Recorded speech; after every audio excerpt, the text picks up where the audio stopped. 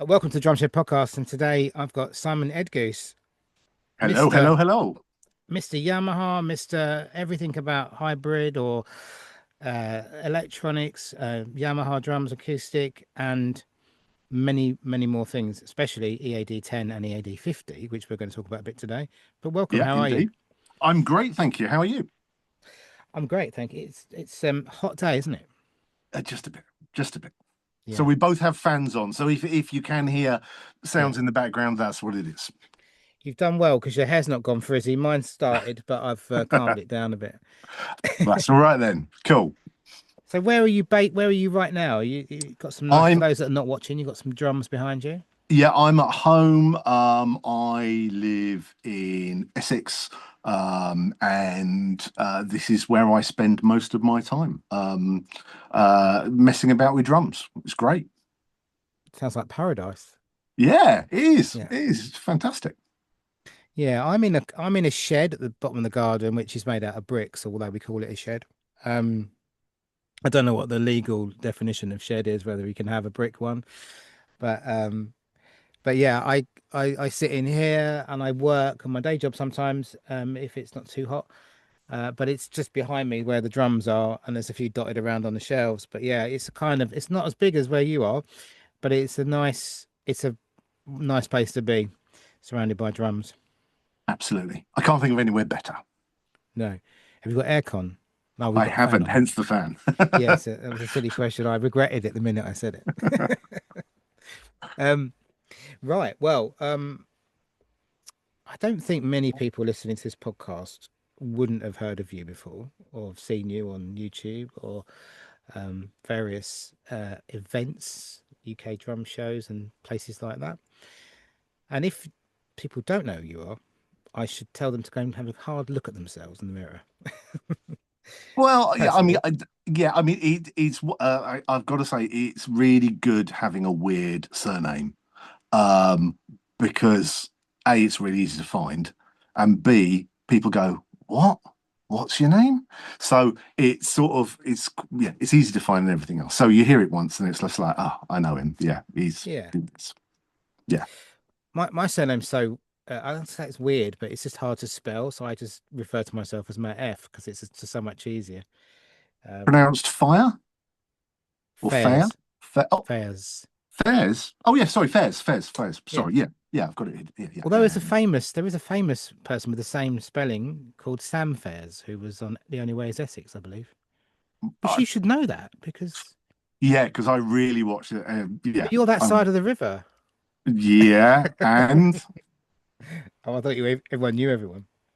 no, not in that area. Not in that area. Fair enough. Yeah, fair enough. You're too busy in the drum room, to be fair, aren't you? Yes, yeah, You yeah. don't need a. I mean, you got a telly behind you, but I bet that's just for YouTube and No, that teaching. is for teaching. Yeah, Yeah, cool. So on that then, um, let's just introduce you. So you're Simon Edgoose. You are an independent yeah. I'm a drum guy. freelancer. What's your title? What would you call yourself? I don't have a title. I'm a freelancer who works with companies and bands and tries to make their drums, either acoustic or electronic, better, I guess. Yeah, Something like that. yeah. I think we'll just say drum kind of Geek, guru, geek, gear guru, geek. geek. Okay, Yeah, it covers everything. okay. So I've seen you lots of times on YouTube and other social media um presenting about products like the EAD 10. Yeah. I came to Jake's Big Drum Day back a couple of years ago in Into Music in Into Lincoln. music. Yeah. Good Yeah, old Jake. good old Jake. Yeah. And you were on the Stage Custom Hip Kit Hmm. and with the EAD 10. And one thing that I will always pick up from that, which I still haven't bought for some mad reason, but you had it on the Dixon. The sorry, I say that as the not the brand name, but as the Evans Dixon lift thing Hmm. for the bass drum. And I'll kind of struck with me. You always said you said about how amazing that difference that made to that bass drum, which Indeed. is made it. I mean, it's a 20 by 8 inch bass drum, and you got this massive boom out of it. But you're saying that was enhanced or helped by that lift, you think? Yeah, well, to be honest, I've always lifted all my acoustic bass drums, regardless of size. Right. Because if you think about it, if it's resting on the floor, um, it's being dampened. So I've always put a riser of some sort on everything from 16 through to 22. The Right. only one I haven't never done it on is a 24. But Yeah. yeah, and I find it really helps. I really like a nice big low thud boom thing. Yeah, because I think that's probably not re I think it's underrated and or not even considered as much that the idea of a lift is for like a 16, 18, Mm, maybe a 20, mhm. just for the height, but you're talking about the effects of the sound as well. Yeah, Yeah, definitely, definitely. cool. Yeah. And on that event you were running through the EAD 10. Yeah, I have a confession to make. I mean, I know that um you didn't invent it. But when it first came out, was it 2015 or 17-ish? 17, 17. 17. Right. So it was the UK, it was the London Drum Show that I saw it first of all in Kensington, Olympia. And I saw it over there in the corner and I just walked past. And I thought, I don't need that. I've got an electric kit. When I need an electric kit, I don't need whatever that is. I don't need it. Yeah, And that was a massive mistake because it is such a brilliant piece of kit. it's one of those things when it came out, um, the amount of people who got it instantly was actually quite small because it was suggesting you could do stuff which was so alien to drummers. Yeah, you can just record your kit. I can, hang on. Um, I can record my drum kit onto a USB pen drive. I don't need to set up microphones. I can do this. I can do that. To be honest, people didn't believe me. Didn't believe Yamaha, and I still meet people who go, "Oh, yeah, what was that?" And it's just like, "What do you mean? What was it? It's Yamaha's biggest ever selling electronic drum product by a long way," um, and they still don't believe me. It was amazing. It was so far ahead of its time. It probably took about 2 years for people to go, "Oh, is that really doing that?" And then, yeah, it was amazing. Did I did I hear it right that we'll jump onto the 50 quickly, but then come back. But did I hear that the 50 was kind of invented before the 10 or the idea of not the 50 it's as it is now, but the No, idea of it? so the idea was the concept was of EAD. Yamaha couldn't have ever done the EAD 50 first. It wouldn't have sold. Would have It's a lot of been money, yeah. so ahead of everything else and above everything else that it just wouldn't have happened.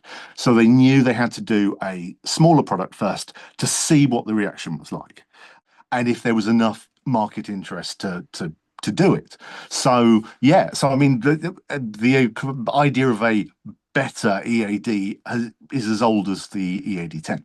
Yeah, I mean, and like I say, like I did walk past it and just didn't get it Yeah, yeah. and thought that's not something I need to find out about.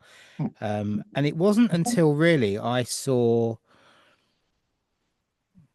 well, actually, it was Zach Grooves Yeah. and Martina Barakowska. Both of those people were using the EAD and not selling the EAD, they were just Mm, using it. mm, And I was like well, really impressed with what I was hearing. I then started looking at it again, and then it was because of those two people effectively that I went out and bought one. Um, but I just couldn't believe that I'd wasted so much time not getting it because it just makes everything so much easier. Now, I think I might have had I may have had some recording. Yeah, I did. I had a mixing desk and a bunch of mics, but not particularly good mics. mm. But the replacement of the and when that came in, it was just the plug and play element, the just jump on it and go was big one. for Yeah, me. I mean, the whole thing of the EAD 10 was, I mean, I'm sure you were in exactly the same thing. When you got your first microphones, when you got your first mixer, you put them onto the kit, and you thought you were going to be Steve Gadd or J.R. Robinson or someone instantly. And we all do. We all go, wow, this is brilliant. I can now do drum recordings, and it's going to be amazing. And you listen back to the results and go, oh, great. And it's not the lovely processed sound that we Yeah, hear on records and everything else like that. So when EAD 10 came out, and it was just, yeah, just attach this to your bass drum, turn this bit on, mic your kit in 30 seconds, and choose, add a bit of reverb, add a bit of compression, maybe add a bit of a sample underneath the bass drum, and you got that sound. It was the first time that thousands, millions of drummers could go, "Oh wow, I can get an instantly good drum sound that doesn't sound like I'm recording on an iPhone," which is what we all did before. yeah. Although, and the other cool thing about the AD10, of course, was that you are recording on an iPhone, but you are just not using the audio. If you go through Yeah, the the Rec and EAD Share app, app. Yeah, yeah. and all that, so you can just record on a. You can use the decent camera of an iPhone Hmm. or other phones available, um, but the audio is sorted. Yeah. But what you just said about recording onto the app, what amazes me is that most EAD 10 drummers I speak to aren't aware that A, you can record onto a USB drive, which is fine. Okay, that's nice and simple. You can just hit the record button, and it will record everything that's going into it onto the USB drive as a file. But what I think is better is I could have my USB drive, I could put a track onto it, plug it in the back, hit play and hit record, and then it will record my drums over the track and store it as a new track on there. So I can use the EAD10 and nothing else to record drum demos or whatever else. And people don't know that. And I'm guessing from your face, you didn't God, I have that. can't believe this. I can't believe it. I thought I knew about the AD10. So I use it. I'll tell you how I use it, but I did not know that you could do that. Now, my question, so many questions, so many questions. So once you've got that track, can you after adjust the No, volume? Right. Okay. no, Cool. Cool. no. It is just a let's see how this sounds. But Yeah. if you know your system, if you know what levels, how loud you play, if you're a nice consistent player, you Yeah. can get it so that you can just knock out track after track after track with Yeah. drums, and they're all on there afterwards. Take them out. I mean, the obvious thing is, your guitarist sends you a track and says, "Can you put some drums on it?" Before, that would have been a complete headache to do. Now Yeah. you can do it, and you can email it back to them 2 minutes later and go, "There we go. What do you think of that? How does it sound?" Yeah. Yeah, it sounds great, but I want a little bit less reverb. Okay, let me just redo it. Do it again. Cool. There we go. Yeah, great. Perfect. Yeah. So that's it. That is. So one of the reasons we have this podcast, and one of the reasons I wanted you to come in particularly, was to inform some of the listeners of the advantages of the AD10 and 50, especially there's a lot of interest with the new one now. And I didn't expect to learn that. I didn't expect to learn much about the EAD10 because I've already had it for so long. In fact, I've got two, um, and I am surprised and pleased that I've just found that out. But I tend to use it either with the Rec and Share app, Yeah. straight into the app, and then I do some stuff with it afterwards, or I do the USB straight into my laptop Hmm. into Logic, and I Hmm. send a left and right, channel out. And sometimes I actually use it to mix with all the other mics as well. So my kit will have all the mics on it. I'll go through the Scarlett, um, and I'll have the EAD track as well. And most of the time I keep it in, and I use it in with everything else. One Um, thing we found really early on, talking of how you're using the EAD like that, is we went to pretty early on. We went to talk to studios, and what we found was a lot of studios were using the EAD as sort of like an effects bus. So they were miking the kit in the normal way, then they had the pickup on the sensor on the bass drum, and they had a really mashed up, distorted or whatever sound coming through the EAD, and they would just blend that in with the rest of the drum mics Yeah. because it was so much more controllable. It was so much quicker to do. Yeah. So yeah, I mean, so yeah, how you've just described it, yeah, mixing it in with normal mics, absolutely. Yeah. I mean, and for me, the what I do with the Wreck and Share is I'll so this is what the reason I find the EAD personally great for me, and maybe others do, is that if I've got an idea or an inspiration to jump on the kit and record something, because I'm very much like that. I'm not very calculated about when I'm going to play. It's a Mm, basic. I might just hear something and go, yes, run to the kit and get on it. mm. So the EAD is ready, waiting 24/7. It's always waiting to go. All I've got to do is plug the phone in via the official Apple camera connection kit. Don't try any others. And I don't think so anyway, personally. But and I plug it in and I go and I put the camera on a mount and I may or may not take a video of it as well. Most of the time I do. But if I don't do that, or if I have a problem with setting up the other mics or setting the computer up and stuff, I could have lost that Mm. inspiration and lost that moment. So for me, it's like grabbing that idea, grabbing that moment now, and then the EAD is just the best thing for it. Mm. Yeah, I would then export it with just the drums, not with the track, because the chances are the track is the one with the drums in it as well. So I'll export just the drums to my laptop, and then I'll get the track. I'll use the stem splitter on Logic, take the drums out on the track. I'll buy the track, obviously, stem split it, take the track out, the drums out, line it back up again afterwards, and then do a little bit of EQ or what have you mm. within Logic on there. And sometimes re-EQ the track because it's been sucked out of all the, Yeah. you know. Um, but yeah, and I get a lot of nice results out of that. I mean, the playing's crap, but the sound's nice. One thing that so when you stem split and you remove the drums and stuff like that, it can, as you know, it sounds a bit wishy-washy and Yeah. whatever. But do you leave a little bit of the drums in still? Yeah, so I try to EQ out. Sometimes there's in that drum track, sometimes there's on the original drum track, Mm. there's like cabasses or something Yeah, going on, bit of percussion. So I might try and EQ some of the bits out, like maybe the bass drum out, and keep some of the top end in.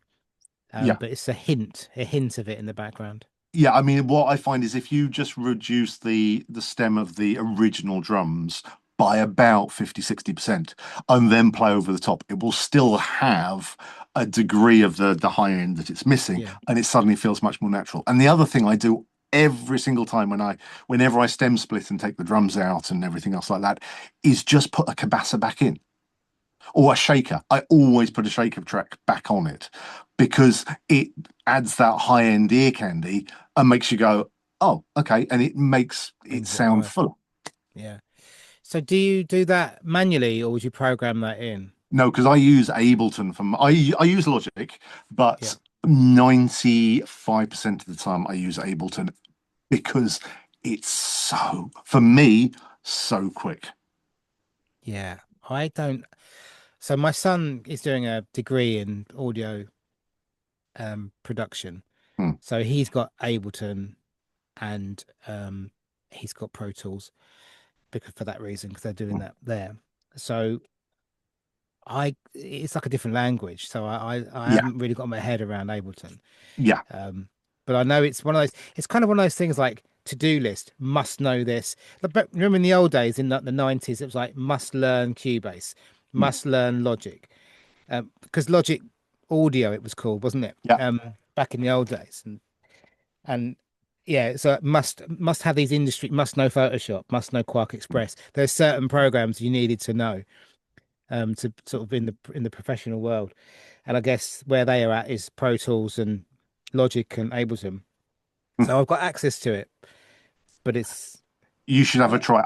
I mean, again, you can now do this in Logic, but for the last, I don't know, 10 years, if I found a drum say a drum loop or something, which I really, really like. I just drag it into Ableton, right click on it, convert to MIDI, done, drag that into Easy Drummer or something like that. And I've got that part sounding identical using Easy Drummer sounds. And it took 10 seconds. So I've taken John Bonham's, Fall in the Rain and all that sort of stuff. Right click, convert to MIDI, got the hi-hat, got the bass drum, got the snare. I can see exactly where everything lines up, why it feels the way it does. And then I can start using it on other stuff. So I've got John Bonham playing on tracks, but it's not his audio, it's just his performance. And it's just so quick. It's brilliant. Do you know what? This is one of the first times that I'm going to listen back to this and take notes from my own podcast because there's stuff that I'm clearly missing.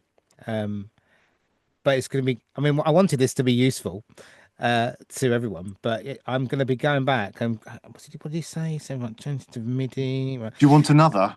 go on, go for it. It's something which I can't believe people don't do. Right. So, do you ever trigger? Do you ever use triggers on your acoustic drums? I have done, yes. Right.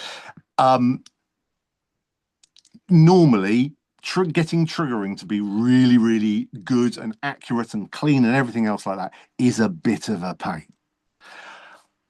It doesn't need to be. If you get your trigger, doesn't matter what brand it is, all triggers are the same. They are basically a piezo. There's a piezo Yeah, yeah. sensor, and it does is it flexes when you hit the drum and it generates a little voltage.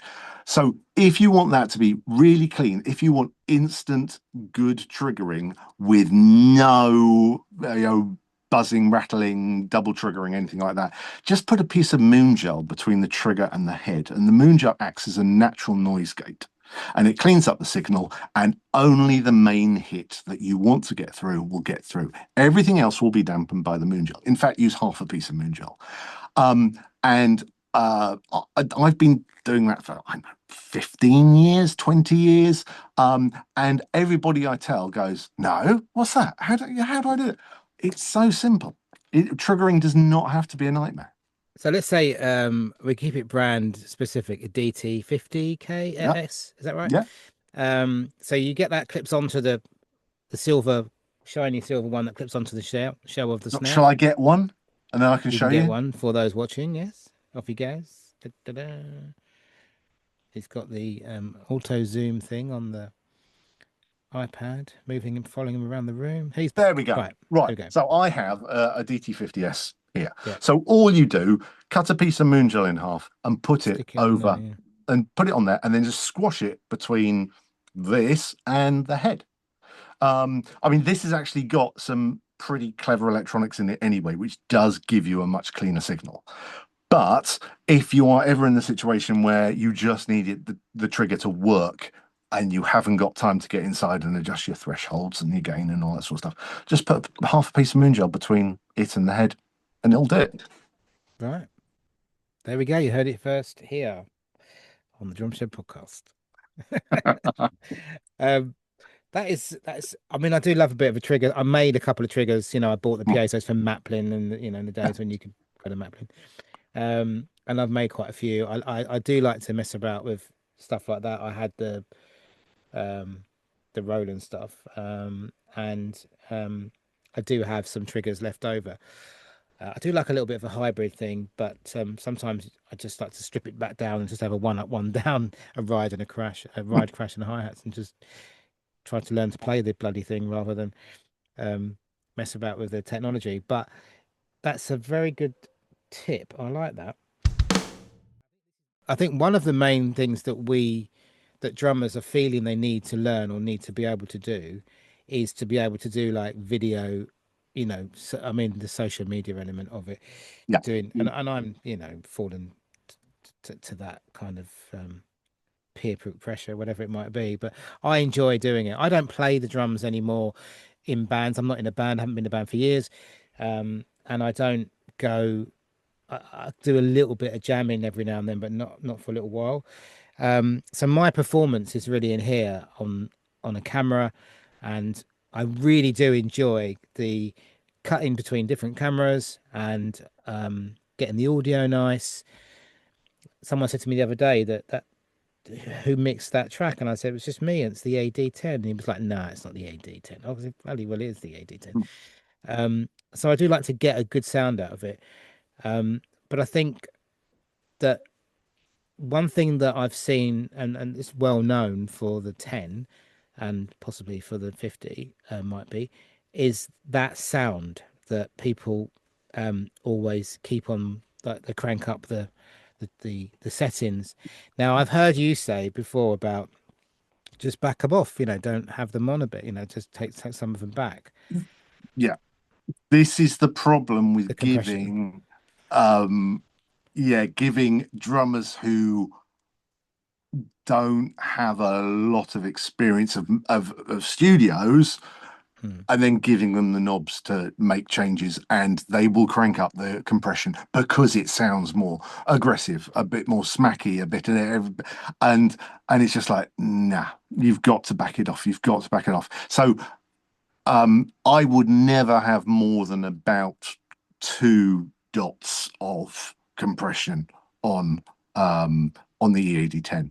Anything more than that, and you are just adding a lot of transient, so the attack, and you're Hmm. killing the ring, the boom, and everything else like that. And it just doesn't work. Yeah. Yeah, there should be like a legal limit. There Um, should be. but Definitely. I Definitely. think I fell for that. I mean, some of my earlier videos, like I never ever would have the guts to post online if it wasn't for having the EAD 10 and for Martina Barakowska was kind of the reason that I I listened to her music and I saw her do what she was doing, and I went out and bought a Yamaha um stage custom hip in Yeah. surf green, of course, and went out and bought the gear and had a go. Um, but initially, if I look back on my first videos, a lot of them were a bit more up with the standard Yeah. configuration. Mm. And now I generally use user one. Arena. Oh, user one. Right. So No, what have user you one. I just go right to the end. right. So what so have you copied anything onto user one, or is it just no, fine. In which case user one is basically arena, which is preset one. You can with stuff turned down. So you can add a little bit of compression, you can add a little bit of reverb, but that's all you need. Yeah, I genuinely do that, just that, and then I have added if I do add because I like to. I did kind of do sound engineering back in the 90s and got a City and Guilds certificate in it, so I must be qualified. Bearing in mind none of that's relevant now because it was all 2-inch tape and SMPTE codes and what have you. But the the thing for me is I don't want to have it on like stamped on there if I want Mm, to mess with it afterwards. So I mm. can, and even if if you've got a 2-track left and right out, you're limited what you can do anyway. But Well, yeah, the software has come on quite a long way. I was using something the other day which was splitting the kick, the snare, and the is toms and the cymbals separately. okay. So is that a third party bit of software? Is that Moises Yeah, or I can't something remember different? where it was. I can't even remember. I can't even. It was okay. It wasn't brilliant, but It was it enough did to, the job for yeah, what I was actually needed it for a job. I actually needed to raise, I think it was the foot closed hi-hat in something which somebody else had recorded. And it's like, right, okay, how am I going to do this? So I found a way to split off just the hi-hat, isolate the foot closed hi-hats, and then I could raise them up and then put it back into the track. And it sounded fine. yeah. I've kind of tried to do that by double tracking, like copying, like having the main track and then copying it over and then EQing all the bass out and trying to bump up but it's Yeah, not the same. it's not the same. It always sounds a little bit funny. And also, you only have to be, if you start doubling stuff, you only have to be a fraction of a millisecond out. And then suddenly things start cancelling and things start to sound a bit weak and Phasing a a bit, bit, yeah. yeah, phasing a bit. So, yeah, you've got to be really careful if you're doing that. Yeah, I get it. But it's all a bit of fun and I do love Oh, it. yeah. Uh, so yeah, so I think the EAD 10 up to now has been smashing it. You said earlier it was Yamaha's. I know this already, but you said that it was Yamaha's biggest electronic drum product. Was Biggest that? ever electronic drum set product. Yeah, Yes. yeah. And there's no great surprise. I mean, the amount of people that I've told to buy it And I'm not that I'm on any commission. I don't need to be, but it's a case of you've got when something's good, you want to shout about it. Mm. And honestly, it just opens doors. It solves so many problems. It's got so many different uses, whether it be your mix when you're playing live, whether Mm. it be your personal studio and nothing else is needed. You might buy a load of mics, but if you've got six mics, you've got to have an interface that takes six mics.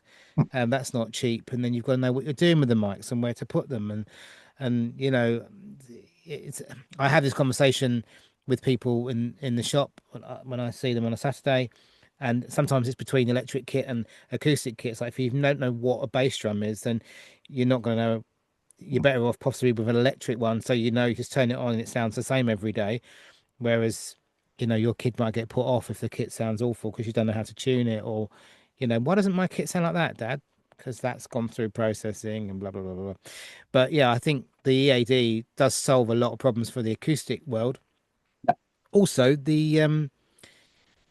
a low volume patch. Is that correct? Right. So when version 2 came out in, I can't even remember when it was. Um, uh,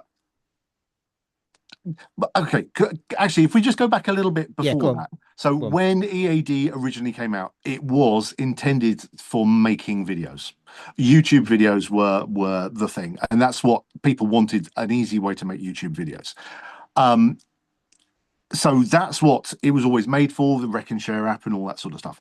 Then when it came out, even before it came out, there was some of the people who were working on it had used it in a live situation and gone, this works, this is brilliant. And then it came out, and then gradually people started using it for more and more and more and more stuff, using it for gigs, using it for everything else like that, using it for monitors and all that sort of stuff. And then people started using it on, they could use it with real heads and real cymbals or with triggers, no problem, great. But as soon as they went to mesh doesn't pass vibration very well. So, well, at all. It's rubbish. That's the whole point. It's designed to absorb, Quiet. yeah, be quiet. So people started putting triggers on their mesh heads and then going, it's not triggering. What's up?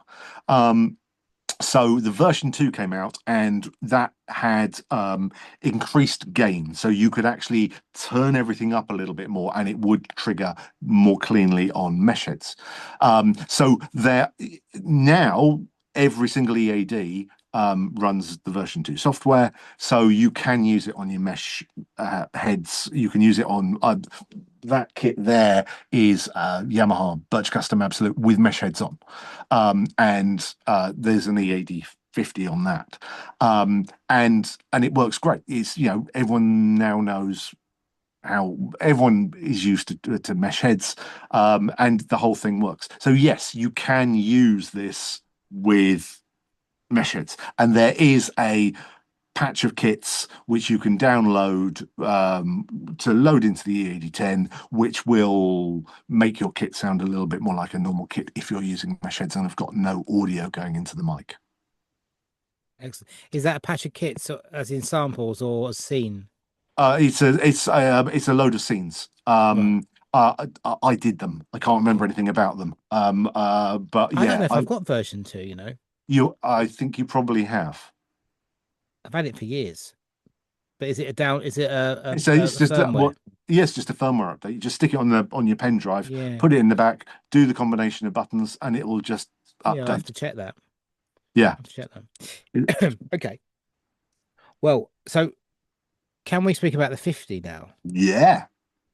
So my impression of the 50 is that it's basically life changing and it needs to be, explained, or people need to hear about it, because any of the restrictions depends on what your usage, of course, but any of those issues that might have frustrated you or disappointed you or whatever about the ED10 have been sorted out with the 50, and that is the addition for me, the addition of microphones, um, and the outputs and things like that, and the inputs. So let's talk about the 50. First of all, the price point for the EAD 10 is around about, what's it, Yeah, 500-ish? something like about that. Yeah.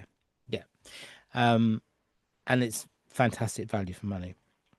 And the price point for the EAD 50 is more like 13, Yeah, yes, yeah, 14, I would say about 1,400. Yeah, 14. £1,400. Yeah, yeah, something Yeah. like that. Yeah. Yeah. But you look, But as here we part of go. that, you are getting the DSU 50, the sensor unit which goes on the bass drum with the EAD 50, and you can use that as a standalone mic.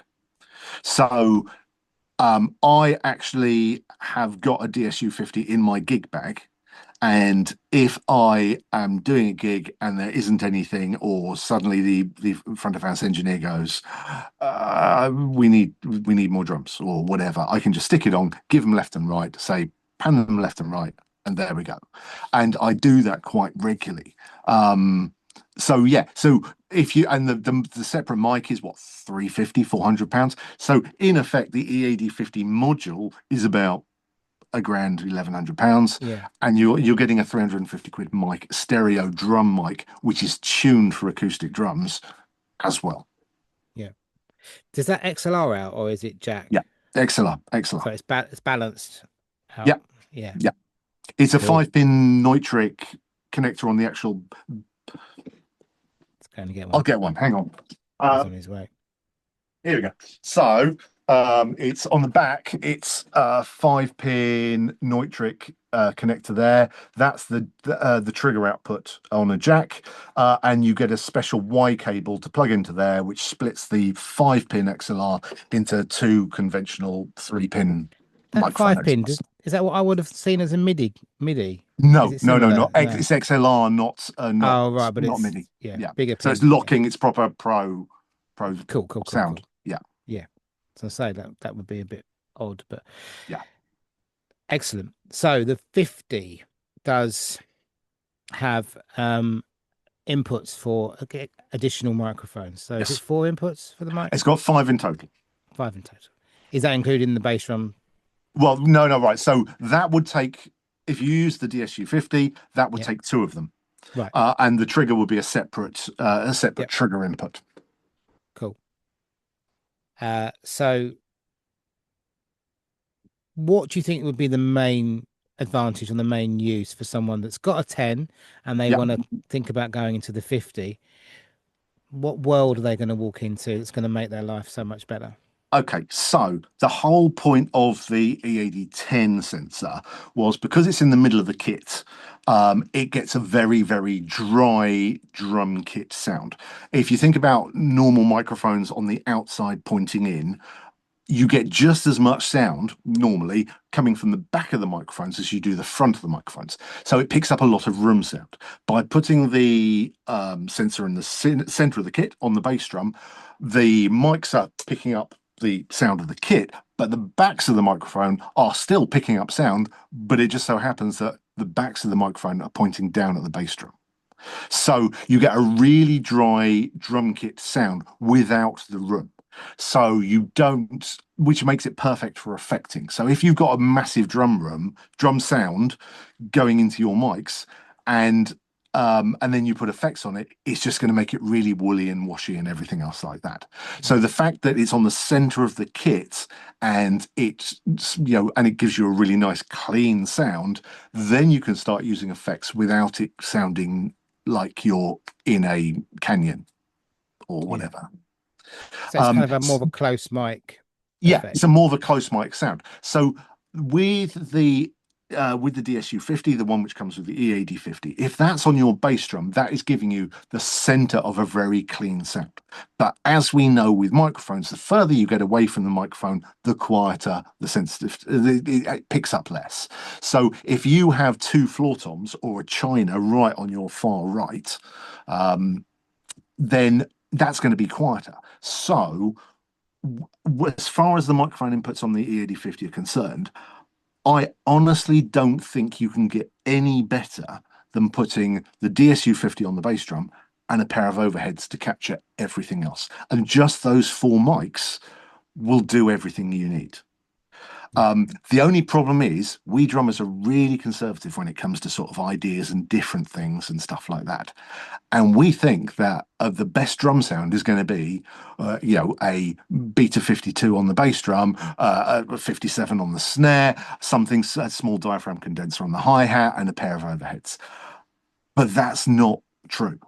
Um, whenever I've used the EAD 50 for live stuff, it's been and I'm not just saying that because of I worked on it, but the DSU sensor on the bass drum and a pair of overheads is perfect.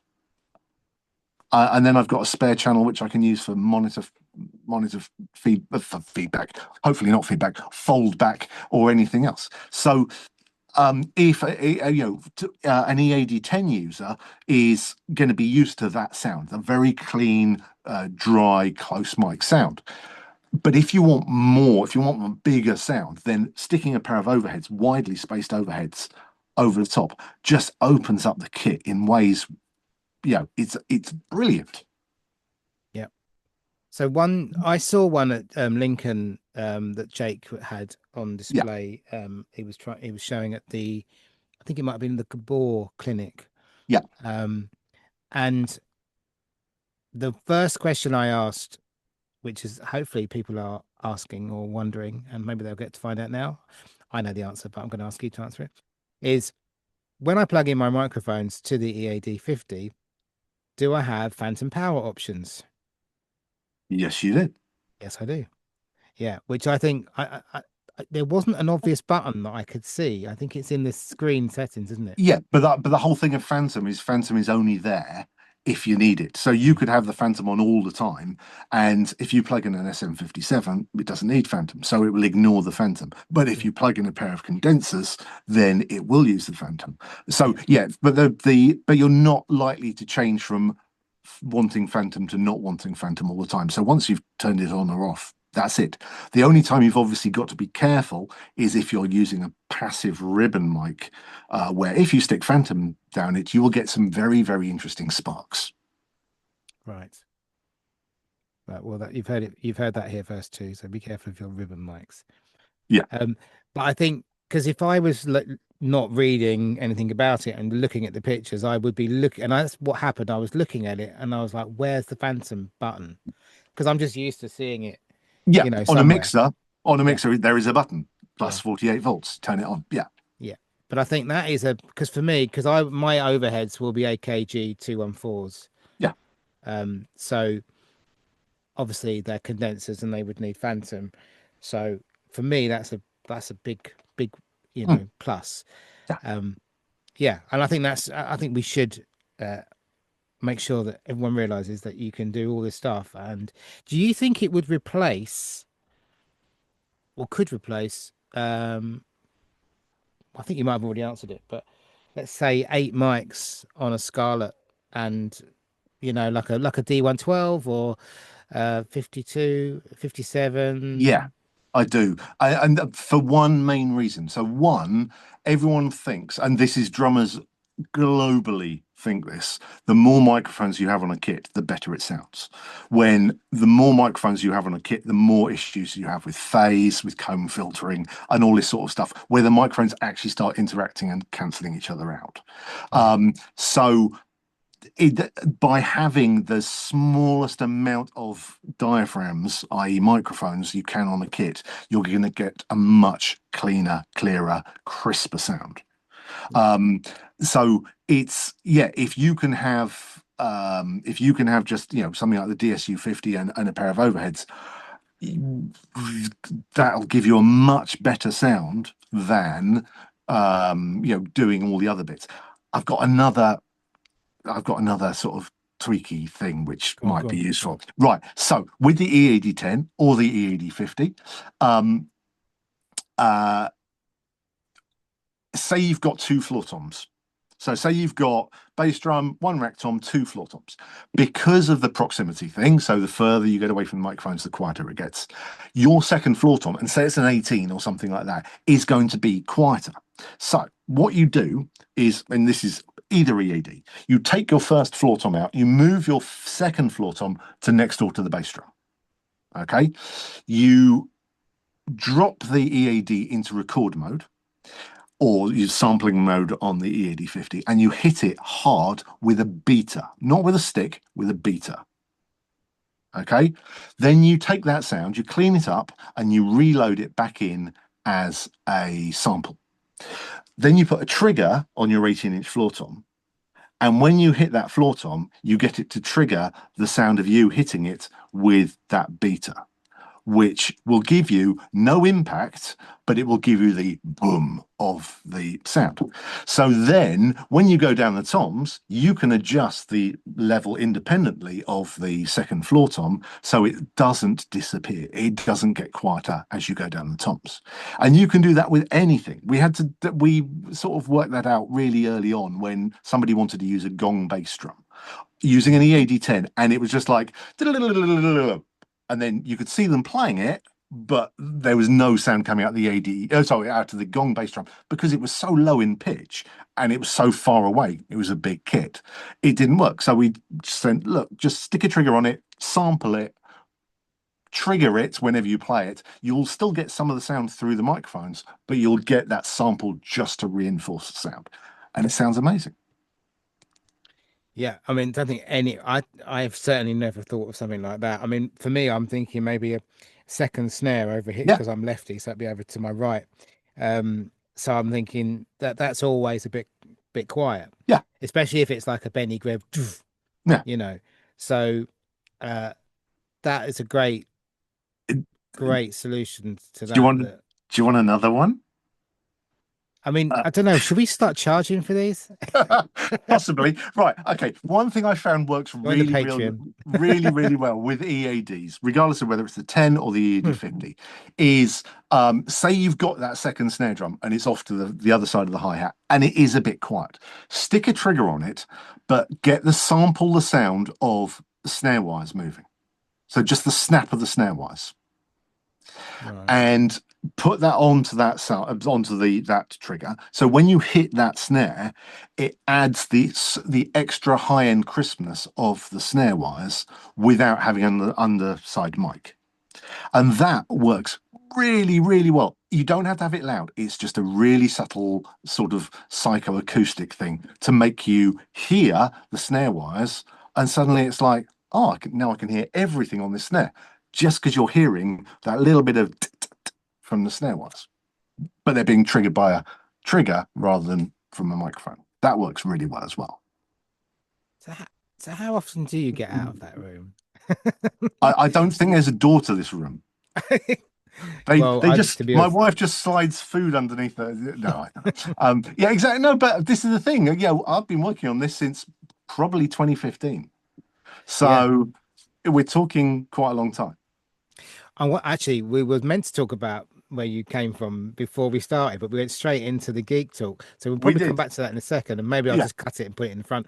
But one of the questions with the EAD with the 50 particularly then, so what kind of separation outputs is there?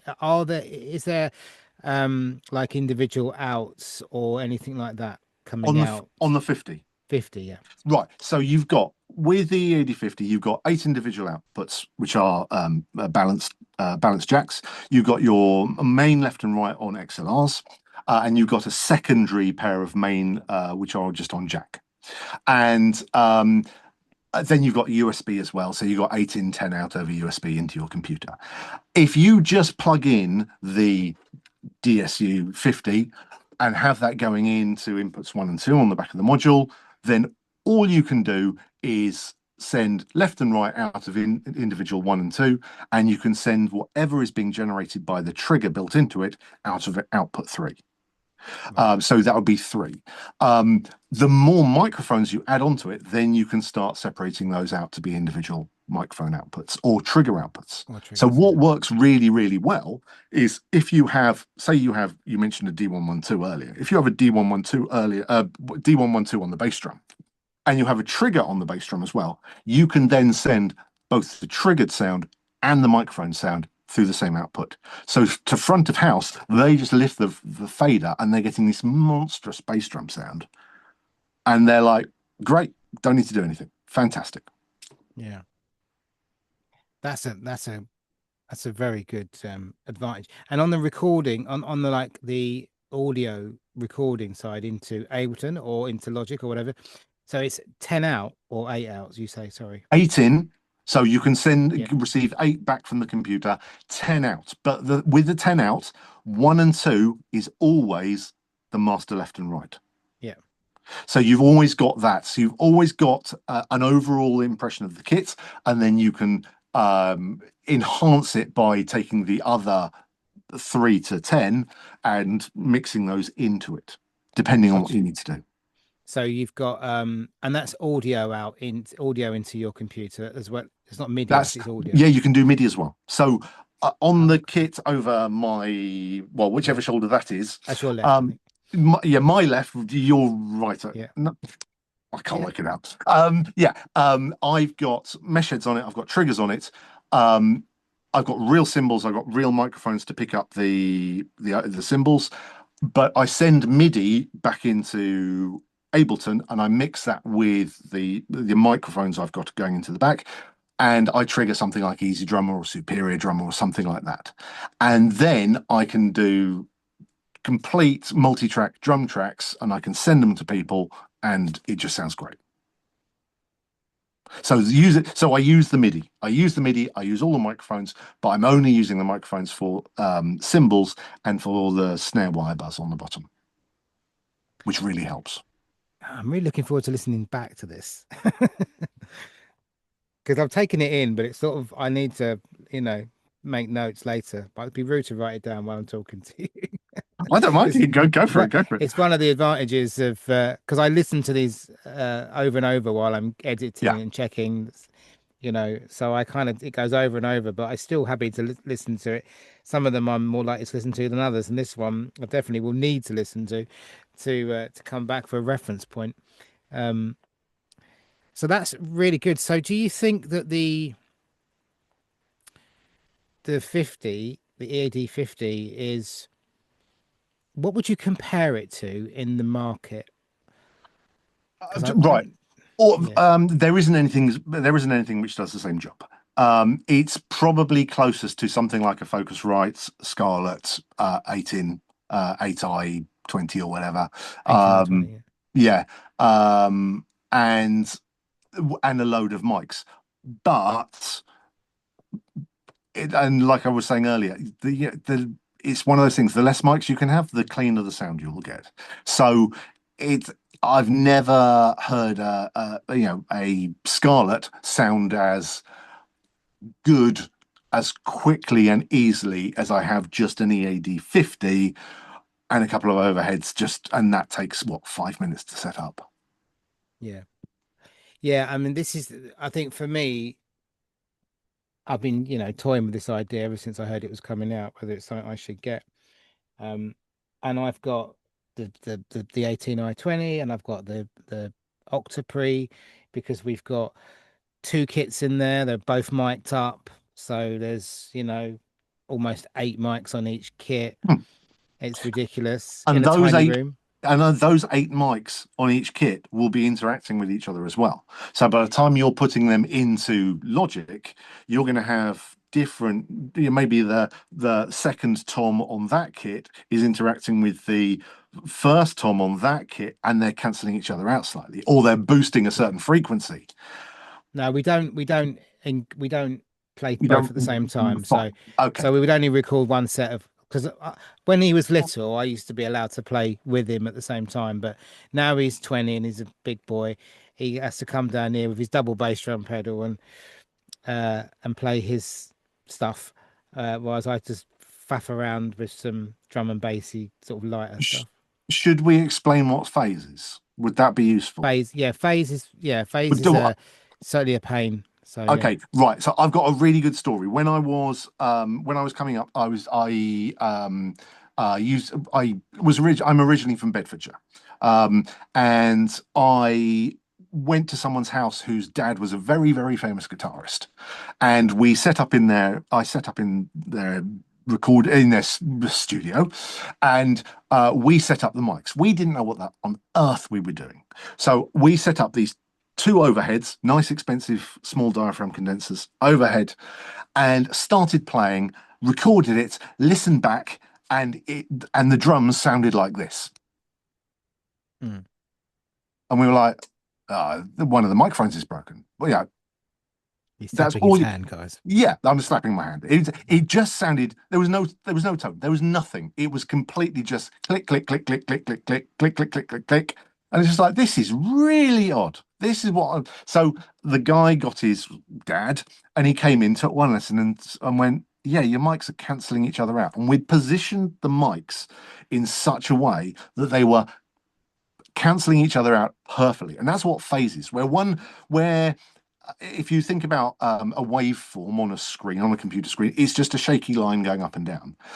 If you have two exact signals where when one's going up and the other one's going down, and then when one's going down, the other one's going up, and you add them together, they will make, if you're very, very, very unlucky, you will get no sound because they will cancel each other out. So this is a phase thing where the more microphones you have to be really careful about adding microphones together so that they don't cancel each other out or they don't boost particular frequencies, so that start to get really strange sounds on your cymbals, and your ride starts to hum at a certain pitch. So phase is something really, really important to be aware of. Yeah.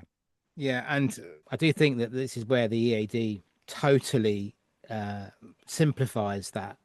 Mm, And to be honest, it depends on what you're looking for. If you're looking to record an idea or to record a demo or to record a video to put on social media, there are a lot of drummers that say to me, I have no idea any of this stuff works. yeah. And there's this very much element of plug and play kind of generation that just want to just turn up and hit go. Mm. And they don't have the time or the interest in working out the right levels of gain and the phasing and the positions and measuring the distance between the snare and No, but yeah, exactly. I know we haven't got time to do that, but this does sort of also lead me on to one of my biggest bugbears with drummers.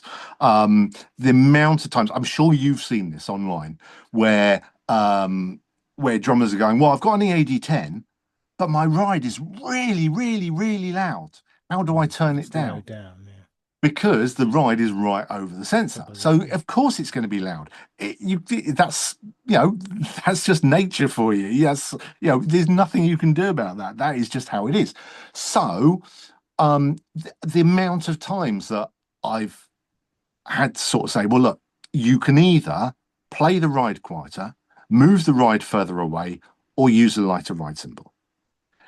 And the amount of drummers I get who are really offended that I've suggested that their setup isn't the best setup in the world or whatever. And it's just like, well, look, you probably bought that ride in the first place because it's really loud. And without microphones, you need it to cut through. Now you've got microphones, that ride is going to sound horrible. So you need to think about this. But drummers don't like doing that, and they get really offended. It's just, I say really offended. They get a bit, their nose gets a little bit out of joint.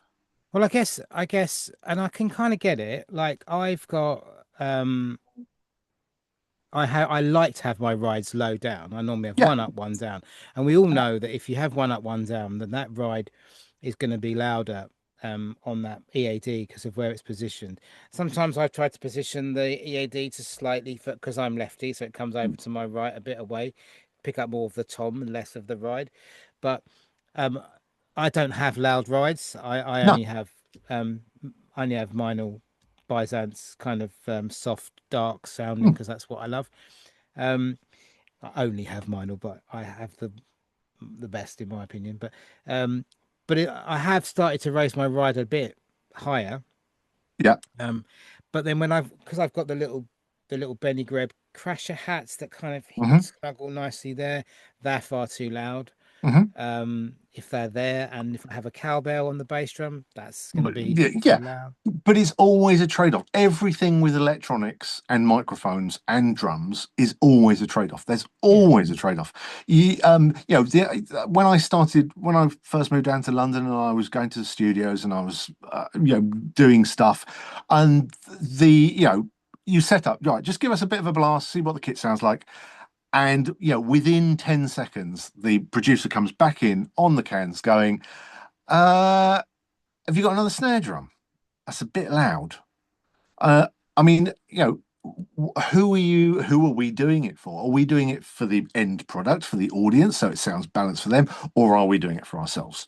Well, no, I think we're doing it for the audience, aren't we? I mean, but if you listen to, I don't know, um, pick a uh, pick a Metallica album, where if you imagine listening to that and the snare is double the volume that it needs to be the whole way through, that's going to get really annoying.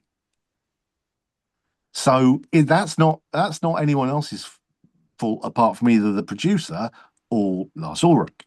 So we all need to be part of the final, you know, product. Mm. Um, so being a drummer is not just about hitting things as hard as we can. It is about taking responsibility for our sound. Yeah, I mean, it's a conversation I have regularly at the shop, with parents and that about the drums, and they say, "Oh, we don't want to get an acoustic kit because they're loud." So I always do this.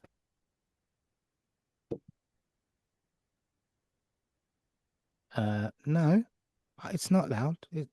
It's not saying anything. It's loud when you hit it, Yeah, but it depends on how. I said the best. How do I make my drums quieter? Well, the first thing you can do is hit it softer. yeah, And there are things like, oh, someone said to me the other day they want some soft lighter sticks because the drum is too loud. And I'm like, okay, well, you can have lighter sticks and it might help a little bit rather than the tree trunk 5Bs or 2Bs or whatever. But maybe hit it softer. yeah. I mean, there isn't, I mean, people don't like being told that because No, they think it's their right as a drummer to yeah, hit it as loud and as hard. That's what I'm exactly. here to do. Have you Yeah, not seen Animal? you mm, know, um, and I'm not a heavy hitter anyway. I haven't got the power behind my arms or legs, and I don't like it because I like to hear the music and the mm, musical sound of the instruments that I spent money on. I don't want to have my ears distorting so much I can't mm, even appreciate it. But I yeah. think, yeah, I think the positioning with the EAD being mounted there, and I've seen a lot of people make you know what I'm going to say, make the little clamps that put the EAD as an overhead or the microphone. Sorry. Well, the EAD sensor. Yeah, yeah, Yeah. absolutely. Yeah, yeah, yeah. But the problem with, not problem, but the thing with that is going back to what I said earlier. If you invert it, if you turn it upside down and stick it over the kit pointing down, the backs of the microphones are then picking up the sound of the room. So Yeah. suddenly you get a completely different sound. You're getting loads more room sound, and it doesn't sound the same. So I don't think that always works. I think it's better to treat the issue at source rather than try and solve it by suddenly moving everything else around. Is it a bit like buying a brand new Audi S whatever and then taking it to the garage and remapping it? I mean, people that have made these things have made them, they've researched them and they've made Yeah. them. And why would you need to mess with it? Oh, it's like buying an S4 and then complaining that you get a speeding ticket. I mean, it's well, yeah. I mean, of Yeah. course you are. It's a really fast car, but you've still got to stick to the speed limit. So Yeah. the equivalent to sticking to the speed limit is you still got to make music, and you still got to make music which sounds good. If your 6.5 bell brass snare is drowning out everyone in the band, then maybe you need to use a different snare.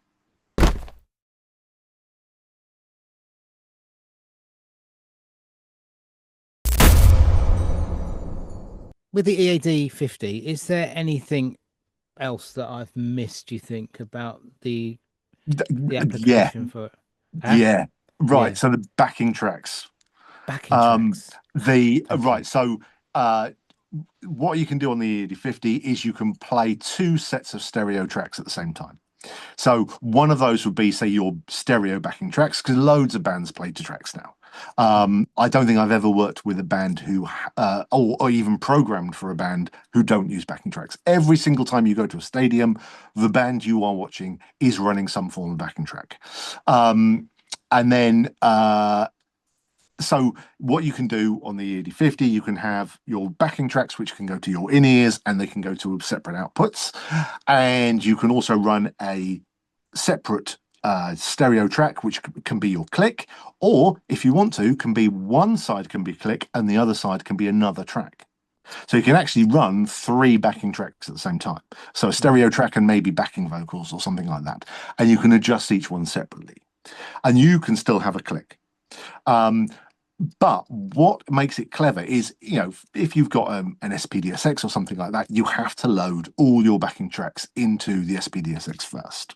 So you have to have them all on a pen drive, or you connect it up to your computer, you dump them all over, and you have them inside the unit.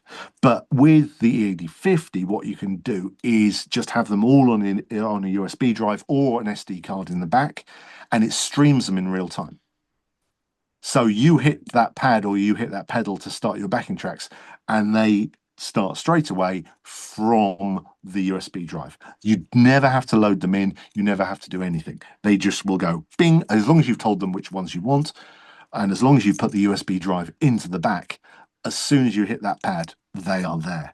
So streaming backing tracks just makes life so much easier. Never having to spend loads of time just loading all the tracks into into your module.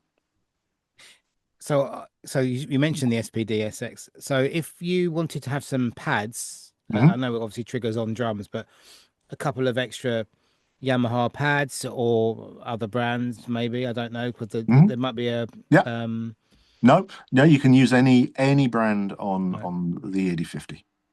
Yeah, so if you've got a spare pad knocking about, like an old rubber pad from Hmm. a DTX or from a Roland or whatever, Hmm. um, and you wanted to have that as your, I don't know, your the drill sound from the song Word Up. I don't know why I said that, but it just jumped into my head. Vroom, vroom. You Yeah, know, if you needed that, you could just assign that sample. You could absolutely. Yeah, fly that yeah. in. But what you can also do is it's got something called, I don't want this to sound like a sales thing because it's not a sales thing. It's No, just no, no. this is what you can do. But it's got something called USB trigger link. And what you can do is there are five trigger ins on the five sockets for trigger ins on the back of the module. They can be split to 10 independent triggers. But you can also have another 12 coming in on a single USB cable. So if you have a drum module which has a USB socket on the back, normally USB has to go to a computer and then come out from USB into another thing. But with USB Trigger Link, you can connect another device just by using a USB cable. And then you can use all the trigger inputs on your remote device to trigger sounds, to turn the talk back on, to start your backing tracks, to do anything else like that. So you can actually have up to 22 independent pads controlling the EAD. But also, each one of those 22 pads can also have four different layers on it. So you can have actually 88 MIDI notes controlling the EAD50 should you want to. Don't ask me why on earth you'd want to, Yeah, yeah. but you can. So you can go mad with triggering if you really, really need to. So if you're an experimental, a hybrid drummer, you can really go crazy when it comes to that sort of stuff. So the sounds, so say for instance, you've got an E kit next to you, you could use all those pads, Yeah, but and trigger the sound. the sounds will be coming from the EAD, not Yes. from not from them. But that means that if you've got something like I've got an M12 here and I've got an SPDSX here, if you connect either one of those just via a USB cable, you could just have that triggering sounds from the EAD50 module without having to get anywhere near to loading sounds into the remote pad. You can Yeah. just do everything, and just so when you change kit on the EAD50, everything changes. Yeah, do you know what? I'm having brain overload, and I love this stuff. This is, I mean, Perhaps we ought to I think split what this into two. I think the message is that the EAD 50 is it's got so many applications. I mean, from this from I would see it for me personally as in here, quick way of recording, but better. I've been so happy with the results I've got from the AD10. I don't think the AD50 could possibly disappoint me. Plus, it means that all my lovely mics that I've got, and my little 214C match pair was a birthday present for my wife for my 50th. So that's special mics, and I like to keep Right. them. So use those as your widely spaced Overheads. overheads with the DSU 50 on the bass drum, and you'll have an amazing drum sound. Yeah, and I can still put my D112 in the bass drum as If well, you want to, yeah, if you want if I to. want to. But the thing is, you might find that you're That's too getting so much. much bass drum through the Yeah, four open things, you don't need a D112 or anything else like that. yeah, I haven't, if I've needed more bass drum, I will just load a sub sample or something like that and just turn that up just to boost that low end because there will be enough impact from the beta going through the four mics already. You don't need that. Plus, what we talked about earlier about sampling the second floor tom, if you have a mic and you really, really like it and you like the sound of your bass drum through that mic, well, then sample it and then load it into the 8050 and trigger it. yeah. Well, this isn't helping, you know. I'm sorry. I mean, it is helping, but it's not helping with the. I just sold a kit, and I'm thinking, no, I'm going to spend more money. I mean, Well, one just to what you're saying about overheads and stuff like that. One of the best results I've had using EAD50 was the DSU50 on the bass drum and two ribbon mics as overheads, widely spaced. That just sounded immense because ribbon mics aren't as they're more old school. They have a little bit mm, more mm. high end roll off, so they sound a little bit muffled. They sound mid and crunchy, and you can EQ them as much as you want, and it doesn't sound weird. So pair of widely spaced ribbons and the DSU, and it just fantastic. So actually, with the EAD10, you have the scenes, and they're all, you know, Yeah, there's quite a few of them. With the there's the same amount of scenes, or you got an equal kind of right. situation with those scenes. Yeah, so you've got 70 presets, which have all got all the effects on. Yeah, And then 71. And then you've got 200 of your own. And you can back those up to USB drive, and then you can start again from fresh. And then you can always right. come back. So you have limitless scenes. And a scene is everything you need to play one song, one Yeah, track. So that can be all your mics, all your effects, all your backing tracks, blah, blah, blah, everything in one go. So you just hit the plus or minus button to change scene, everything will change. And so you have limitless scenes. And to be honest, most people are not going to use the ones where there's the mad effects, but we had to put them in there just to show people what it could do. yeah, yeah. I think Um, everyone yeah, does that, don't they? everyone does Yamaha, that. Roland, So they all put yeah, them. so all you need is a bit of EQ, a bit of compression, and if there's something else you need specifically. But you have so much control over the mics, you can just turn down the high end, the low pass filter on the overheads, and suddenly you've got a lo-fi sounding kit. Yeah, It's all this stuff that we've got used to using presets for, you can actually do for real using real mics. yeah, excellent. Yeah, excellent. Really nice. Really, I mean, I think it's certainly something have you got any events coming up where any of these are being Um, demonstrated or that you're aware of? I've just got back from India. I've just done the EAD50 launch in India. Right. Um, How'd that go? uh, that was that was great. Was it hotter Re here or hotter no, there? it was hotter by about 10 degrees here. So it was lovely there. It was fantastic. It was really nice. And then come back here and like, whew, Yeah. yeah, a bit hot here. But so that was great. And again, you can see the drummers who get it. You can see them go, ah. And also the higher companies were just came up and were just like, right, can it do this? Can it do that? Can it do this? Can it do that? Fine, brilliant. That's what we need because they can just send out a kit with an EAD50, DSU50 on the bass drum, and that's it. That's all they need to do. So that was great. Coming up, we got the UK drum show. Um, we've got the I don't know what's happening about the European drum show, but coming back to the European drum show this year, most of the people on the main stage were using an EAD10 as their monitor. Right. because all these drummers kept coming up to the Yamaha stand where I was with the EAD 50 going, can I just pick up my, and they'd already contacted Yamaha beforehand. And there's a big stack of EAD 10s, so they could just take one, lob it in, plug their in-ears in, and they had their monitor system set up and they didn't have to fly it. So that was Yeah. interesting.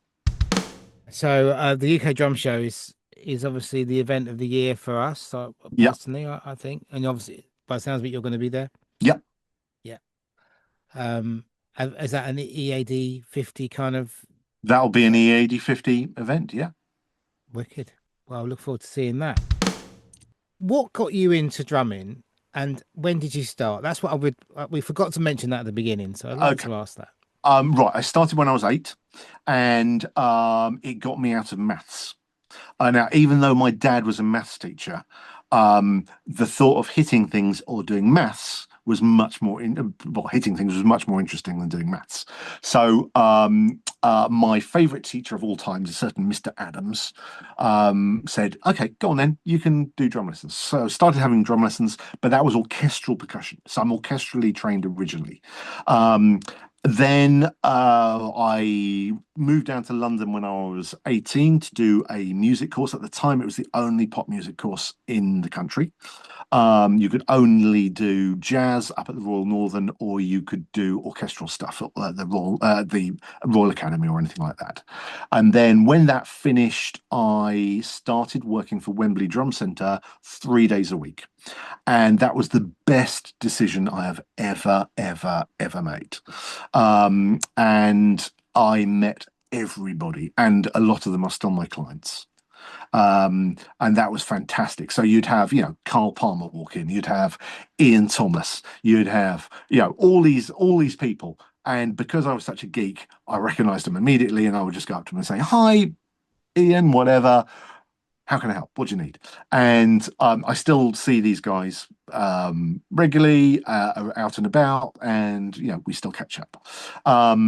And so at that point, I was really into the companies. I talked to all the companies. I talked to all the reps, and electronics wise, I knew exactly what was happening with all the electronics. After I think, I don't know, probably 5 years, something like that, I left to do a tour. And the tour was a couple of weeks around the UK. The tour finished at the Shepherd's Bush Empire on the Saturday night. 9 o'clock on the Monday morning, I had a phone call from Yamaha going, "You fancy doing some demos for us?" And that's how it happened. It just worked out. Because I always thought you kind of were Yamaha. No, Not no, all of it, but you're freelancer, as you said. But I always, yeah, if I was to think of Yamaha, I would think of you.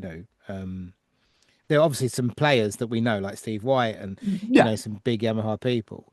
But as like a product guy as well, it would always be Simon Edgoose. And you're on the Yamaha. Um, I see you on the Facebook group, and lots of people on yeah. the EAD 10 one particular, the EAD group, and people ask questions, and you always help out and answer lots of their questions. Yeah, I mean, it's because there is so much bad information out there that I'm one of those people that if I see something wrong, I've got to jump on there and go, "Actually, don't do that because you're going to damage it. Do it like this, or try this, or if this doesn't work, try that." Because, as far as I'm concerned, that's all I'm here for, is to help other people. Mm. Not for Yamaha, not for me. Just we're humans. We need to have a purpose, and as far as I'm concerned, if I can help people with their electronics and their acoustic drums, then great. That does the job. You do get some people who take the mick, who how do I turn this on?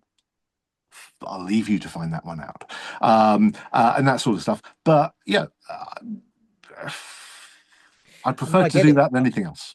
I totally get it. I mean, I said to you before we press go that I get a certain amount of joy out of my 1 day a Yeah, week talking to people. yeah, Because when you know something, when you know about something, or I know something, if I know something, which is rare, I like to share it. And yeah, so if people come into the shop and they think they want one thing. Mm. A lot of, the kids said, I want an acoustic kit. And they might think it's 400 quid, 500 quid for an acoustic kit. And I'm like, yeah, you can probably get one for, this much, but you got to think about the cymbals that come with it, and, drum heads, and do you know how to tune them, and have you got a room that you can play in? And I do often, which I don't particularly feel comfortable with, but I do often find myself or convincing them into the electronic drum kit direction.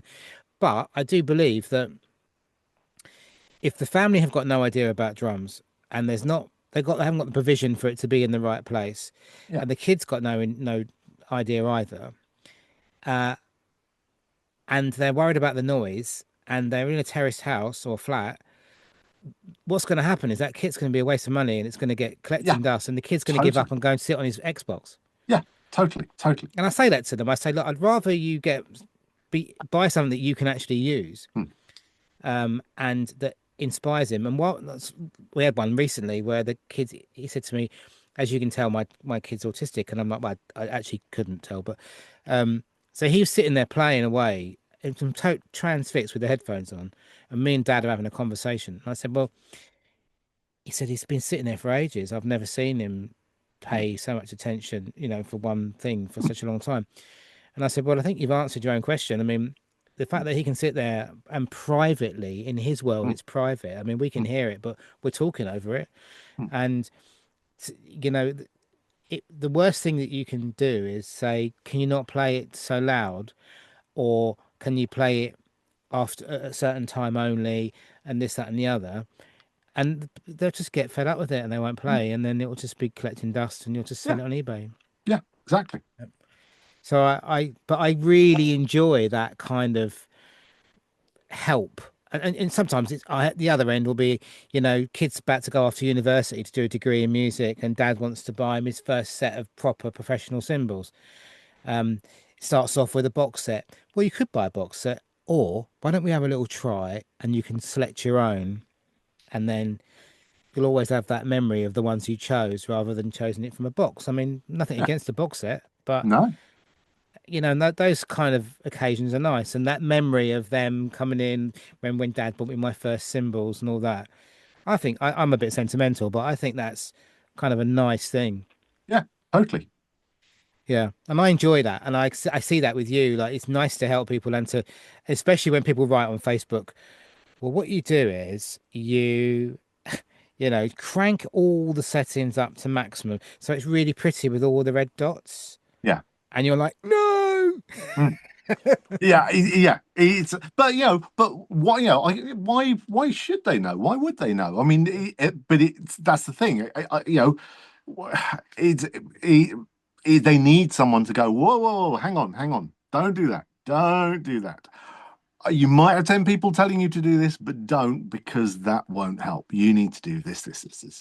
I mean, if I can, but the amount of times, it's like in anything, the amount of times I've gone, don't do that, try this. And they will completely ignore me. And why would they take on board what I say? I Yeah. mean, I'm just somebody writing online. Um, but if I can help them, of course I will. Because I mean, it's when I was coming up as a drummer, I was helped by lots of other drummers.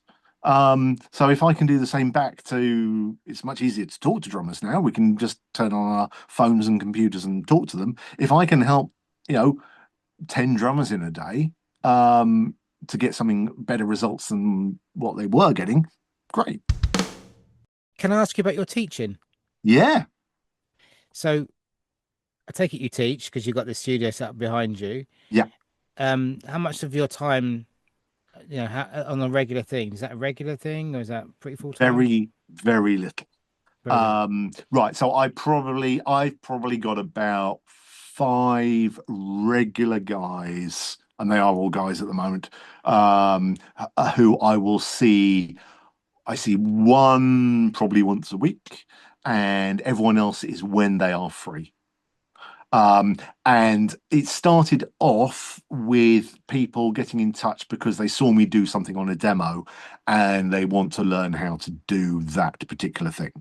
Um, and so I've had quite a few people going, "Oh, that thing, All I want to know is that. And it's like, well, I can't just teach you that because to do that, you need to know about this. You need to know programming. You need to know about DAWs. And they're like, ah, okay. So, and then I really enjoy teaching. I really enjoy teaching. Um, I don't teach kids. I only teach adults. And yeah, I mean, so yeah, that's Is, basically it. is that teaching in drumming and in like the electronic solutions and things like that, or is it yeah both? No, I mean, it depends. I mean, a lot of it is just getting better as a drummer. Yeah. And thankfully, I've got all the technology here to show them how to play to a click, to show them what happens when when they start playing behind the beat. I can record them playing. I can put it up on the screen and say, look, that's where the click is. This is your playing. Can you see how that doesn't line up with that? And if we push it more that way, that's what it sounds like when you're really far behind the beat. And they're going, oh, no, that sounds horrible. Okay, well, let's push it the other way. That sounds like when you're playing ahead of the beat. Well, that sounds good. Yeah. And we've got all this technology. And as far as I can see, a lot of teachers don't use the technology. Um, Ableton. Ableton is the best teaching tool in the world because I can take a track, I can put a click to it, which takes 5 seconds, and I can slow the track down. So I can say, right, now play along to it like this. And we'll play it at 60 BPM. Then we'll gradually work up in 20 BPM things until it gets back to the original tempo. And that is just so useful. So that's the sort of thing I do. I'm probably not a very conventional teacher. Well, that might be a good thing to a lot of people. Do you teach um only in that room, or do you teach online as well? Is it like remote or not? I teach online. I'm set up to teaching online. But I've never been 100% satisfied with teaching online. It was great in lockdown because it allowed us all to carry on having a vaguely normal life. When lockdown hit, I've got a few stories here, but we'll go on for hours if I go through those. When lockdown hit, my phone was going ping, ping, ping about 24 hours a day. And that was drummers going, I have an EAD. How do I use it for online teaching? Or how do I have my lessons with my teacher using the EAD? And it was I ended up just writing out a thing on an A4 sheet, creating a PDF, and everyone who pinged me just got that straight back. And that was, yeah, I don't know how many 100 times I sent that out. That was crazy. It's great because everyone got used to online teaching and they realized they could use their EAD 10s for that and all that sort of stuff. But yeah, that was an interesting time. Um, and there were a few names as well. There was one particular occasion, I can't tell you who the artist was, when I had a request, can we have a meeting? Great, yeah, fine. The name was vaguely familiar, and then the screen came up and it was like, ah, hello.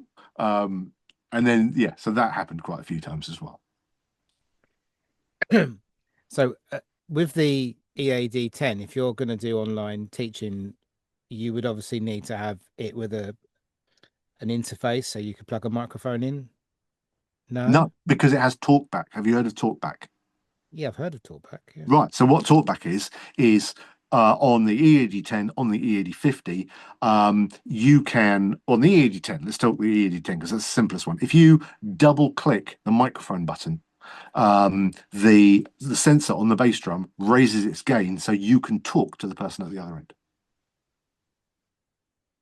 Why don't I read the manual?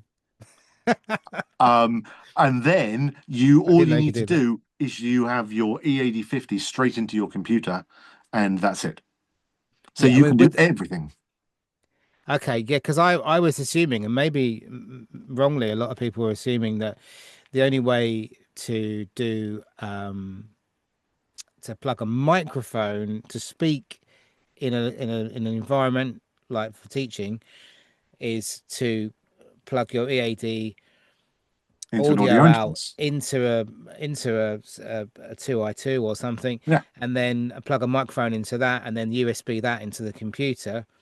No, But you just saved a lot of go. people money Yeah, by just go straight USB from the back of the EAD10 straight into your computer, get onto Zoom or whatever. We're using Zoom at the moment. yeah, And when you double tap the microphone button, that will raise the gain so you can talk to them. On the EAD50, it's even better yeah. because then you can control lots of different things and you can use a separate mic. You could use one of the microphone inputs on the back as a separate headset mic or something else. But yeah, you can do that on all the EADs. But from what you said earlier, you need to check whether you're running version 2 or not, because that came in on version 2. Yeah, I will double check on that. I'll check that both of them are. Unfortunately, one of them, the screen's got little orange dots on it, but it's all right. I think it's just where it's got. Hit? Sorry, no, no, No? no. Like Someone said orange it might have got dots. moisture. Yeah, on the screen, like the LCD screen's gone a bit. It's got little orange patterns. Okay. Oh, if it's yeah, okay. Well, that's odd. I haven't seen Yeah, that. yeah. Yeah, it's only one. I mean, I've had it for yonks. I don't think I spilt anything on it unless my son was in there and something got spilt on it and no one told me. But his one's fine. Are you And sure they weren't swapped over? So his one yeah, accidentally got spilt something mm. on, and then suddenly yours had the problem and his was fine. They're about a meter apart on the Oh, okay. opposite side of the room. But but yeah, I mean, it still works perfectly well and it hasn't got any worse. Yeah. Okay. But no, it's not been hit. It's right over here, away from anything, so it couldn't be hit. But yeah, so that's so on the EAD 50, you could also do the talkback as Yeah. well without an extra mic. Yeah. But if because I was thinking the only one of my main reasons, well, not one of the main reasons, but one of another application for me to buy or reason to buy 50 is to have a mic plugged in. So when I'm doing like lessons, not giving them, but receiving lessons, I could do this, talking back without plugging another device in. Because I've got a TD316 and I do lessons with that or get lessons with that, and I plug the output of that into a two input what's it, so it's a mono out of that and then a microphone, so I can do that. But now I've realized I could do that with my AD10. I could probably bring it back in here and do it on my acoustic kit, which would be better. Yeah. So Mm. yeah, that's great.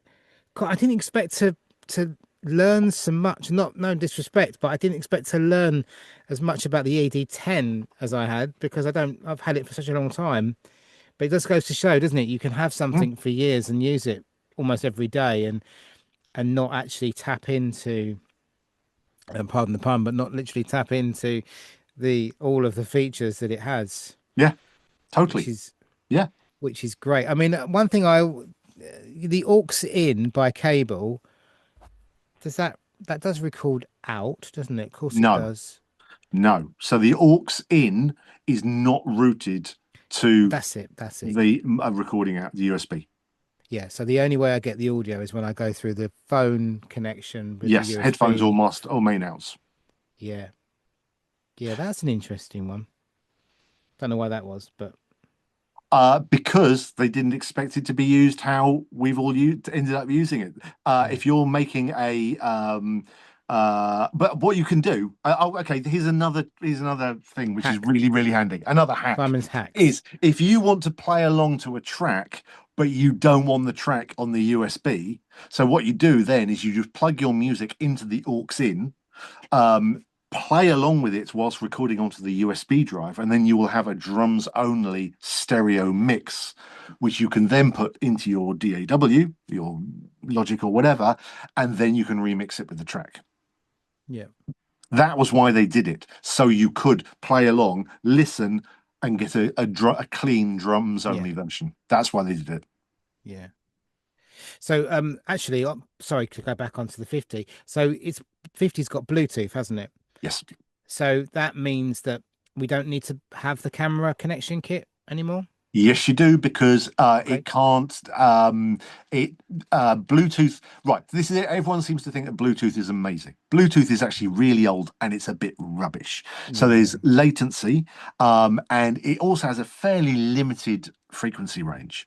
Mm. So it's always better to plug your phone into your module or whatever using a cable. You'll get much better audio quality. But Bluetooth is very convenient, so that's why we use it. So I would, yeah, I would always use a cable, but for Wreck and Share, it needs to be a cable because it needs to have the audio really, really quickly to get into the video app. Yeah. Yeah, of course, because the video. So, and the EAD, the Reckon Share app still works Yeah, on the yeah. 50. I know there's been a couple of updates, and it's also got a stem splitter, although limited, but it's got a splitter in it now, isn't it? Well, you say limited. I mean, it can split your drums, your vocals, your guitar, your bass. Yeah. So, I mean, what most people do, 99% of people who use Wreck and Share is just remove the drum track. Yeah. Um, and it uses a different set of, well, it uses a different technology to Moises and everything else like that. And it's free. Is it limited to how many you can use? Right. So it is limited to how you can use it 10 times, not connected to a DTX or an EAD. So once you've used that 10 times, you need to connect it via USB into the EAD, and then you've got another 10 times. But you have limitless uses. Right. Yeah, that was But always a bit confusing, that bit. Yeah. yeah, yeah, Excellent. And we are bouncing around, but I am a bit bouncy with my brain. Um, no problem. It's good. you started at 8, but I Yeah. always ask people what their first kit was. Was a Premier Olympic, and it was fantastic. Um, and I can't remember where I got it from, but I rewrapped it and I uh, did loads of different stuff to it. I don't know where it is now, but I hacked that kit to pieces because put new tom mounts on it and blah blah blah and blah blah. Everything was always the correct tom mount, but it was a modern version. I changed the slot-headed tension rods to square-headed tension rods and all that sort of stuff. I've always played with gear Mm. right from day one. So yeah, that was a great kit that, and it sounded fantastic. Was it a 70s or a 60s? It was the 70s. So square badge, Yeah. and it had obviously international sizes. Uh, Pre-international 16, but the Did 16 it? was from a different kit. Yeah, yeah. With the Everything slightly else, the oval badge. yeah, no, no, it was still a square badge. I don't know, someone had done something to it, but Mm. it was a pre-international die cast hoop on the 16. Everything else had triple flange. So I think it was a bit of a Bitzer kit. Yeah. Yeah. And what color was it when you got it? Was it the Right, blue? so it had been rewrapped Oh, okay. in Teflon. Not Teflon. What's the sticky back plastic? Right. Whatever that's called. Fablon. Fablon. Fablon, sorry, Fablon. It had been rewrapped in a wood finish Fablon. Perfect. Yeah, it was so whatever, but great kit, loved it.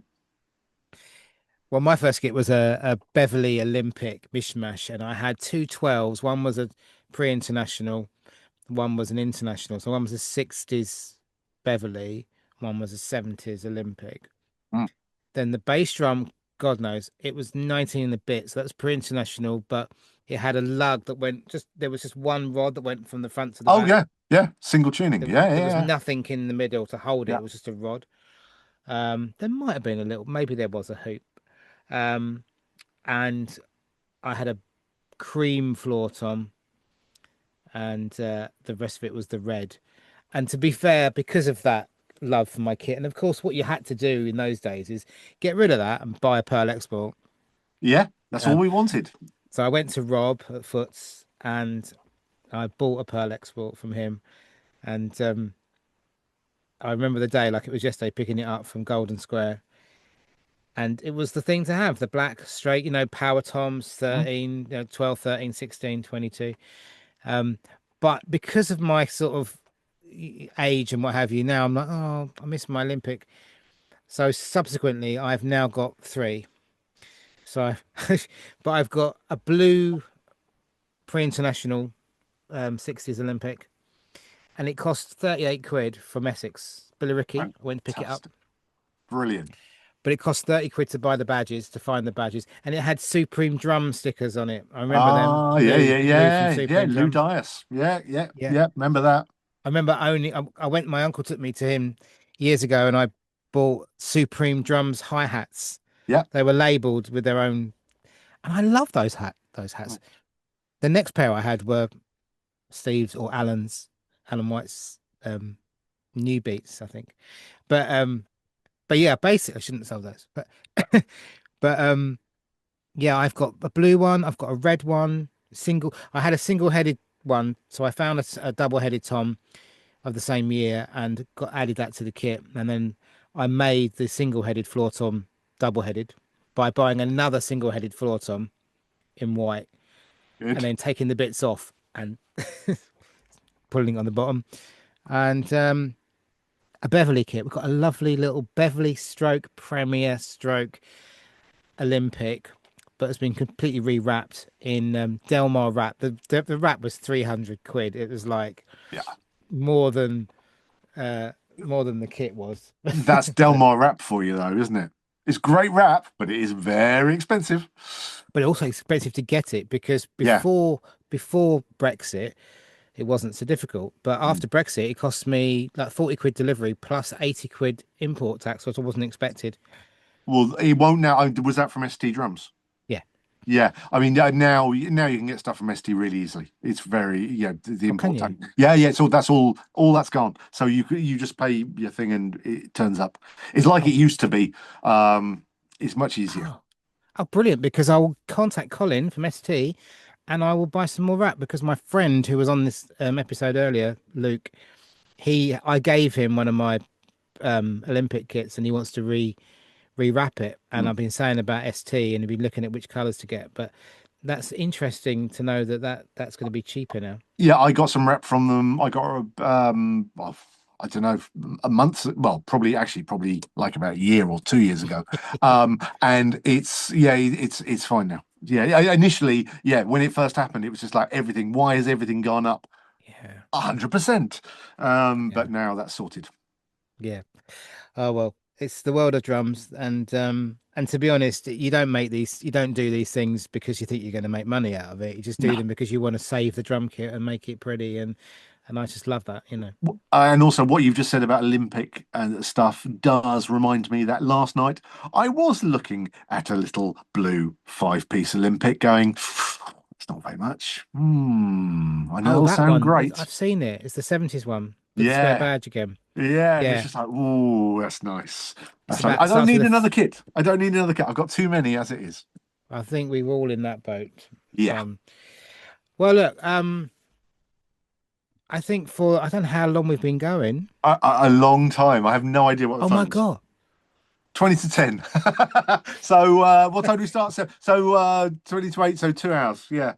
That may be two then. I'm guessing. We could do what I genuinely do is I will do a part one and a part two, but I drop them almost at the same time, Yeah. so Yeah, people because can choose to otherwise, listen to them in their own. yeah. Um, but I personally, this has been really, hopefully, I mean, if no one's interested in EAD tens and stuff, then maybe not. But there are a lot of people that are interested, and people have asked me for a long time about should I get one? And the answer's always been yes. But the 50 is, this new breed, and Yeah, but it's aimed at a completely different part of the market. And also the other thing we didn't mention is the sound, the audio quality of the 50 is just on a different level. yeah. It is unbelievably good. Well, I mean, let's face it, I'm gonna get one. It's just a matter of when Yeah. and what I've got to sell. How many kits have I got to sell? I've got a snare drum that I don't need, which might get 500 for, so that could go towards it. You know, But but seriously, everyone dismisses the mic because it can't be that good. It can't be as good as my D112 and my 57 or Audix i5 or whatever. But you need to try it because it's really good. I love a mic. And I love the fact that I can have the EAD 50 and my nice mics. I think for Yeah, me, that's the perfect marriage. And also, I do get a bit fed up with the inconsistency or the just the faff of the what I'm tapping here, yeah, the Scarlets, which I love yeah. Scarlets. I've got Great Scarlett's. warranty. Yeah, oh, actually, I haven't got any here, but I own. I think in the cupboard out the back, there's probably about three or four. So yeah, the Scarlett's are fantastic for the money. They are unbelievably good. Yeah, and they have a 5-year warranty. I didn't know Or that. is it three? 3 or 5? I know it's a bit different, but it's more than two. Yeah, So, and when you ring them up, they go, "Hello, yeah, Scarlett or Focusrite," yeah, and you go, "Sorry, why am I not yeah, going through some kind of automated system?